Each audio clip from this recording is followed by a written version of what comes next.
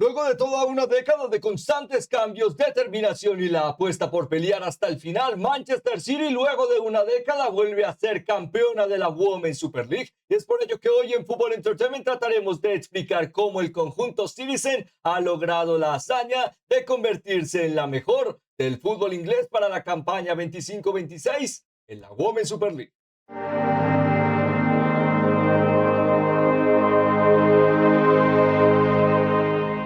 El camino del campeón, o en este caso el camino de las campeonas, realmente satisfactorio al poder llegar a coincidir no solo en la dinámica de entender cómo se ha logrado hacer la diferencia, el cómo poder llegar a compaginar una historia cargada de 22 diferentes capítulos que han conformado la ilusión de poder llegar a alzar el metal, sino también la idea de poder llegar a entender cómo en una estructura tan cambiante y tan importante para el deporte como Manchester City ha podido llegar a revolucionar la Women's Super League luego de más de 6 años de oligarquía de cierto equipo de Londres. Y el día de hoy trataremos de explicar estas características e historias interesantes por parte de este gran conjunto. Antes de comenzar, como siempre, también nos gustaría invitarles a que pudiesen llegar a suscribirse y seguirnos a través de las diferentes plataformas en las que elaboramos contenido, ya que ello nos permite poder llegar a seguir hablando de las grandes historias de este maravilloso deporte a través de sus protagonistas. Además de ello también, por supuesto, si este tipo de contenido les gusta y les entretiene, el que lo puedan llegar a demostrar con un me gusta o compartiéndolo representa mucho para este pequeño medio de comunicación. Ahora, sin más preámbulos, pasaríamos a definir rápidamente la consolidación de esta importante historia y para poder llegar a construirla, hablaríamos directamente con sus arquitectas y arquitecto. Para ello comenzaríamos destacando a dos importantes figuras para la consecución del Manchester City que conocemos al día de hoy y para ello destacaríamos los nombres de Charlotte O'Neill y además de ello de Teresa Scrogran, ahora mismo directora ejecutiva del ente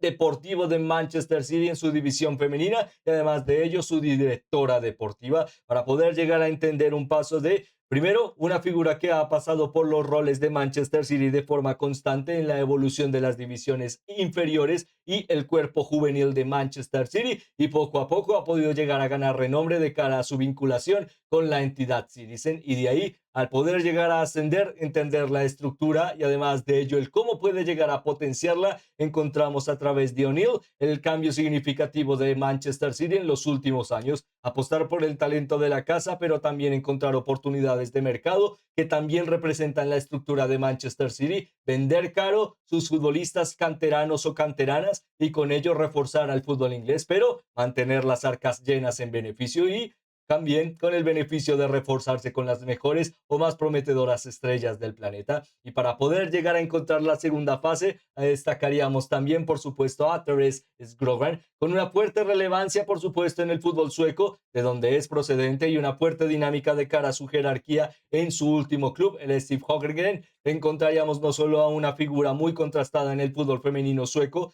del que también podría llegar a encontrar varios galardones, 2 veces proclamada la mejor futbolista sueca de la historia del país. También le representarían un rol en los márgenes de las oficinas o detrás de cámaras o detrás de escena muy interesante y de ahí la perspectiva de Manchester City de ficharle y en el paso de estas dos grandes protagonistas al día de hoy para Manchester City encontramos la primera gran dinámica y sorpresa. La temporada anterior al no poder llegar a clasificar a Champions, el no poder llegar a pelear por títulos de forma directa y conseguir una temporada no tan satisfactoria, el sí o el no de destituir a Gareth Taylor, actual entrenador de Liverpool, y cuya perspectiva también se mantenía a una figura de la casa, un entrenador de divisiones inferiores y que formaría su mayor oportunidad de carrera y prestigio en Manchester City, pero decidiendo de forma acertada, se decidía apostar por parte de estas dos protagonistas de la decisión de un rumbo significativo en la historia y con ello llegaría la incursión de Andre Jeglers a la primera división del fútbol femenino inglés de la mano de su primera temporada y cuyo acuerdo se cerraría justamente en la conclusión de las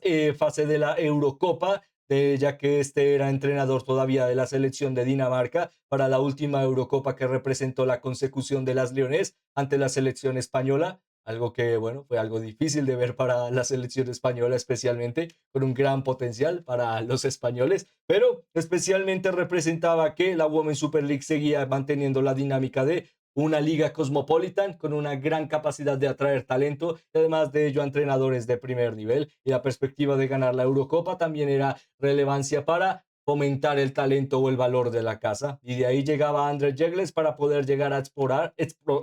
explotar la gran sinergia que había podido llegar a tener de cara a su carrera como entrenador, más de 20 años de experiencia, y en el que justamente la directora deportiva de Manchester City, Teresa Jogran, perdón,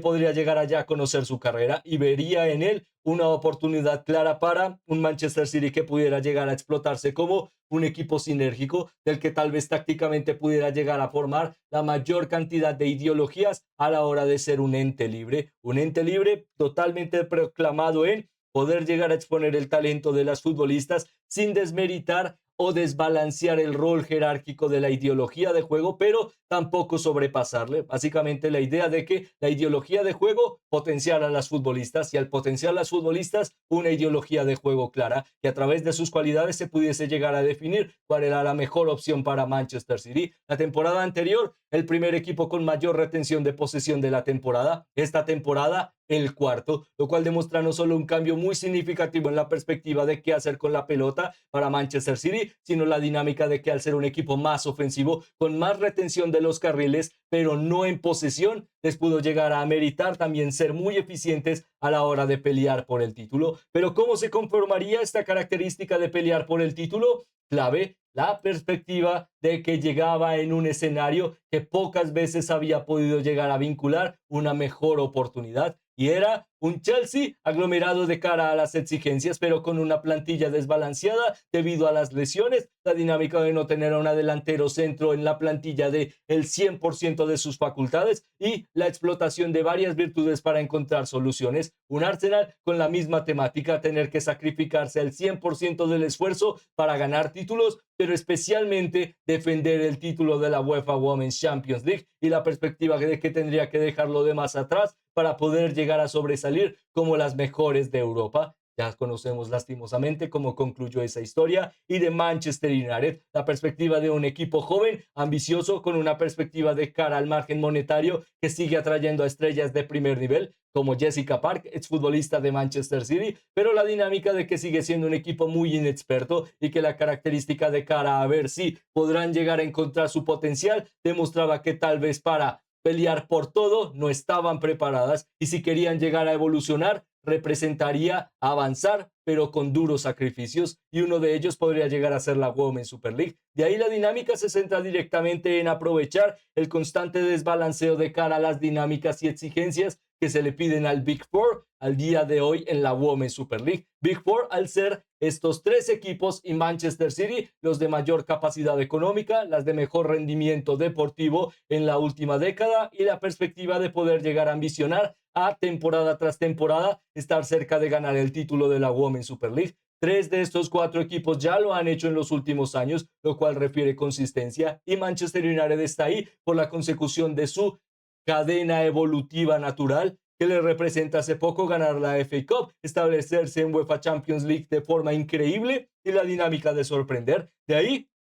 Manchester City tenía una oportunidad de oro porque todos estos equipos tenían mayor cantidad de partidos en Europa y Manchester City no, por lo consecuido la temporada anterior, y de ver poder llegar a haber sido esto un retroceso representaba una oportunidad de oro, pero la forma de aprovechar esta oportunidad de rivales que necesitaban peleas a largo plazo en demasiados escenarios también se tenía que cumplir a través de la experimentación de una plantilla fuerte, y una plantilla fuerte en el margen diferencial de lo que ha hecho que Arsenal sea un equipo ganador de la UEFA Women's Champions League en los últimos 2 años, que Chelsea haya mantenido una oligarquía de más de 5 años de la Women's Super League, y además de ello el año anterior hubiese llegado a lograr el tridente nacional, la perspectiva de goleadoras de alto rendimiento y la perspectiva de que Manchester City contaba con ellas, solo tenía que poder llegar a encontrar la forma a través del entrenador y la dinámica de un escenario propicio para explotarles y hacer la diferencia. Y con ello encontraríamos que la campaña por parte de las Citizens se ha centrado en una Bonnie Shaw, que se mantiene como una de las grandes goleadoras de la competición, una Vivian Miedema, que ve su mejor temporada como futbolista Citizen de cara a la aportación goleadora. Recordemos, la máxima goleadora en la historia de la Women's Super League, y además de ello, futbolistas como Caroline Nicoli, que representan estas figuras de antemano en Manchester City,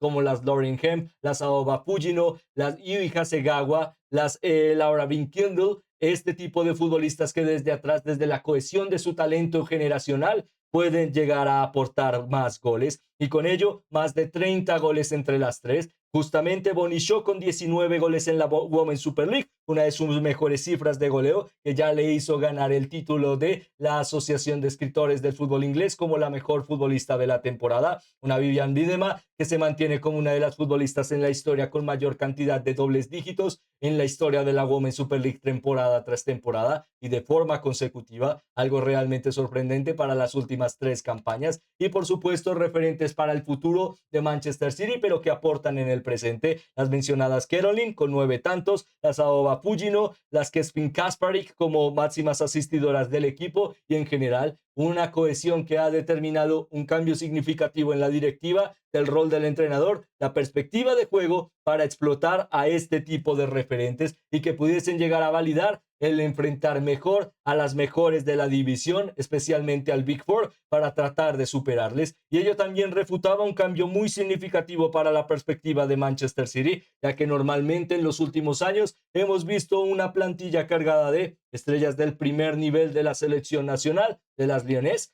y además de ello la perspectiva de estrellas realmente fundamentadas como las mejores del planeta. Pero el cambio más significativo, como veíamos al principio de este análisis, era también poder llegar a encontrar desarrollo de futbolistas y la oportunidad de que el mercado de fichajes pudiese llegar a avalarte a encontrar estas prometedoras estrellas para convertirlas en estrellas mundiales en Manchester City. Y de ahí también el mercado de fichajes sería clave para entender la temporada de Manchester City, y en ello encontraríamos también grandes referentes como vemos a continuación en Sam Coffey, o además de ello Jade Rose, o por supuesto la incursión del tipo de futbolista de Aoba Fujino, hablando de las Laura Binkildun a través de su renovación, de las futbolistas como de Grace Pryor para la zona, desde nuevo otra renovación de un talento de la casa, y en general este tipo de futbolistas que al igual de Pugino son jóvenes, tienen la capacidad de ambicionar por el 11 titular y la dinámica de poder llegar a, en momentos específicos de la temporada, vincular de una rotativa más fuerte, y además de ello con el rol de futbolistas que dieron un paso hacia adelante en el bloque defensivo como la Rebecca Nack, las Alex Greenwood por la zona de los laterales, o los últimos chispazos de lo que es la historia de, en este caso, hablando de Laila Wahabi, que parece que va a cerrar su capítulo en el fútbol inglés, pero la representación de un mercado de fichajes que con varias futbolistas, añadiendo a Grace Clinton, que no ha tenido tantas oportunidades, refundaba un Manchester City más fuerte, con una perspectiva de poder llegar a sobresalir en el margen futbolístico, la perspectiva de poder sobresalir a través de sus referentes, la forma a través del entrenador de explotar a estas referentes en el estándar de goleo, la mejor perspectiva para ganar la Women's Super League, y además de ello la dinámica de referentes que también diesen un paso hacia adelante en un momento clave de la temporada, como centrocampistas como Sam Coffey para el último impulso, la línea de gol con las Aoba Fujino, las Caroline, y la perspectiva de una plantilla que pudo llegar a aprovechar en sí, jugar menos, pero jugar mejor y prepararse para el siguiente nivel. Con ello, previo al desarrollo de la culminación de la temporada, ya sabían matemáticamente para la jornada 19 que eran equipo de la UEFA Women's Champions League, y ello también confiere la ilusión de que el equipo siga creciendo, especialmente por lo que vimos en el cierre de la temporada, en el que este Manchester City estuvo cerca de perder la liga, y ello a través de la perspectiva de que ahora mismo, en el desarrollo de este análisis, el equipo ganó 17 partidos de la Women's Super League. Es el mejor local de la temporada, pero con un partido que representó un empate, le representó que básicamente estuviese a depender de otros rivales para poder llegar a conseguir el título. Y de ahí Arsenal, por su participación en la UEFA Women's Champions League, tenía la oportunidad de que si ganaba sus últimos 3 partidos de la Women's Super League, podría llegar a pelear por el título hasta la última jornada con la diferencia de goles, pero llegaba el empate ante Brighton and Hove Albion y la oportunidad de gloria para las Citizens, que demuestra no solo que la Women's Super League sigue siendo una competición muy corta, sino altamente catastrófica, que a la hora de ganar 17 partidos, como mencionábamos en casa, ser un equipo altamente dominante, con la mejor perspectiva de cara al margen de goleo, con 58 goles anotados esta temporada y uno de los mejores defensivamente hablando, con solo 18 goles concedidos esta temporada. Estuvieron a 90 minutos de que Arsenal pudiese llegar a ser más precisa de cara a puerta para perder la temporada, y ello demuestra que aunque hubo un gran margen de excelencia, la Women's Super League sigue siendo una competición de alto nivel en el que cualquier pequeño abismo de debilidad puede llegar a cambiar todo el curso de la historia. Por ahora, Manchester City demuestra que la historia está a su favor y rompen en el ciclo, un ciclo muy importante en el que durante 7 años o 7 temporadas eran segundas en la clasificación o culminaron segundas en la clasificación de cara a su oportunidad por pelear por el título. En los años anteriores, Arsenal y Chelsea ganarían el título, especialmente Chelsea, pero la perspectiva se mantiene en que este solo es un punto de inflexión para definir el desarrollo de la nueva Women's Super League, con más equipos, mayor ambición y mayor determinación de otras para hacer la diferencia. Y para Manchester City, solo el inicio de lo que puede llegar a ser una historia interesante para tratar de soñar con generar algo más de jerarquía y dominio en esta gran competición. Con ello, esperamos, por supuesto, desearles el enhorabuena a todos esos aficionados Citizens que han podido llegar a ver cómo su equipo de nuevo alza la gloria. Y con ello nos gustaría culminar preguntándoles si creen que esto puede llegar a ser el cambio de las dinámicas en la Women's Super League, a que veamos campeonas diferentes temporada tras temporada, o tal vez la consecución de una nueva oligarquía, pero de color sky blue. Como siempre, su opinión es la más importante para nosotros y por ello nos encantaría leerla en los comentarios. Además de ello, esperando que estén teniendo o hayan tenido un excelente día, nos despedimos, esperando poder llegar a volverles a ver muy pronto. Muchas gracias.